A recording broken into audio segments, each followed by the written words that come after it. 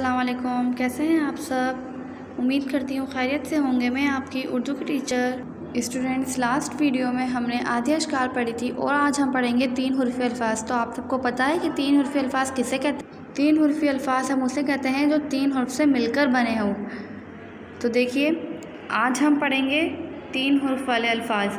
सबसे पहले हम यही देख लेते हैं कि यहाँ पर जो 3 बना हुआ है, 3 लिखा है हमने, उसी में ही 3 हुर्फ़ हैं, ते, ये, नून। तो ये भी कौन सा लफ्ज़ हुआ? ये 3 हुर्फ़ी लफ्ज़ है। कौन सा लफ्ज़ है? जो 3 लफ्ज़ से मिलकर बना है। 3 लफ्ज़ से मिलकर जो अल्फ़ाज़ बनता है उसे कहते हैं हम 3 हुर्फ़ी अल्फ़ाज़। तो आज हम करेंगे 3 हुर्फ़ी अल्फ़ाज़। ओके स्टूडेंट्स, तो सबसे पहला अल्फ़ाज़ हम क्या लिखेंगे? देखिए, पहले हम बनाएंगे बा की आधी शक्ल बे,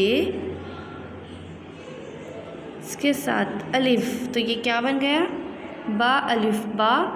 और फिर इसके साथ गैन। क्या बन गए ये? बाग़। देखिए, बाग़ में कितने अल्फ़ाज आ रहे हैं? बे अलिफ गैन। तो ये क्या बन गया? बाग़। स्टूडेंट्स, हम दूसरा लफ्ज़ कौन सा लिखेंगे? दूसरा लफ्ज़ लिखने के लिए हम सबसे पहले क्या बनाएंगे?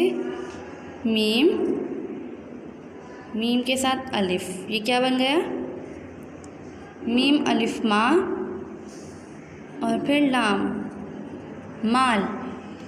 ओके स्टूडेंट्स, बाकी के 3 हुर्फ़ आप ख़ुद बनाएं और फिर इसी तरह ये तीनों कंप्लीट कीजिए। नेक्स्ट वीडियो में मुलाकात होगी। अपना ख़याल रखिए। अल्लाह हाफ़िज़।